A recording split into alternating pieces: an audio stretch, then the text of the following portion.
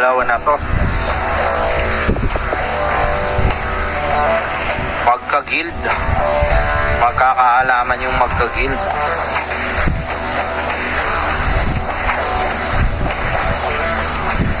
Implemented yung sa sortie guys, hindi pa live. Okay, first round RPG versus Sami. Let's go guys.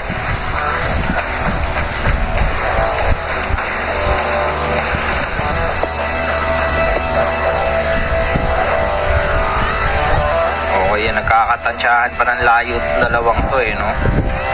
Parehas female. Ayan, bumitaw ng 27, hindi tumama. Parehas hindi tumama.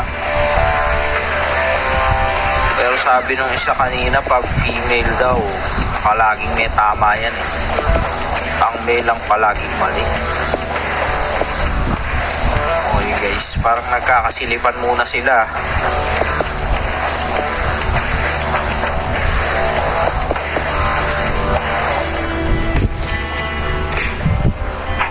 Parang natigilan sila.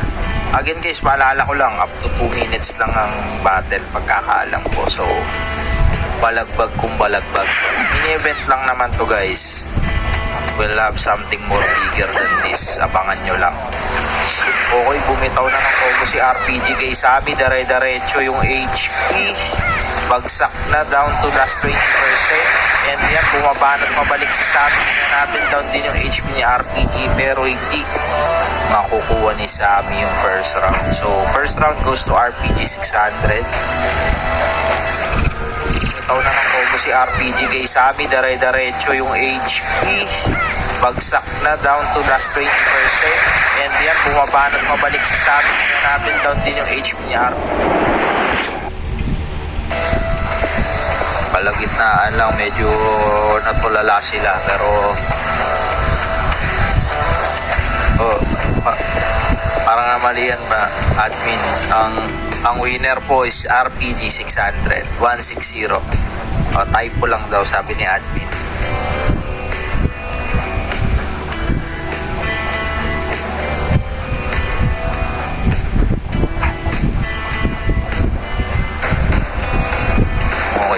Tayo kay Sami for second round. Again, 1-0 in favor of RPG 600.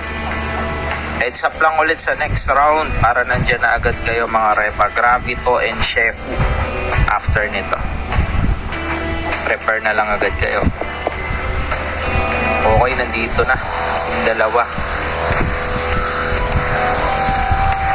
Second round. May straight win kaya ni RPG or makakabawi si Sami. Okay, nag-countdown na si paring admin. Let's go, second round. RPG versus Sami. Okay, bumitaw agad ng skill na stun si RPG. Sinundan agad ang combo para daw na yung HP niya going to 30%. Hindi tinigilan ni Sami, binitawan pa ulit pero hindi tumama. And eto, nabawi na si RPG ng combo mga pare ko 2-0 para kay RPG 600. Congratulations for winning this match. Sinundan agad ang combo para daw na yung HP niya going to 30%. Hindi tanigilan ni Sami, binitawan pa ulit pero hindi tumama. And eto, nabawi na si RPG ng combo. Bracket update lang tayo. Next match na agad tayo. Si Gravito at Shefu, then heads up sa susunod sa kanila si Vibes tsaka si June 777. Waiting lang tayo isama.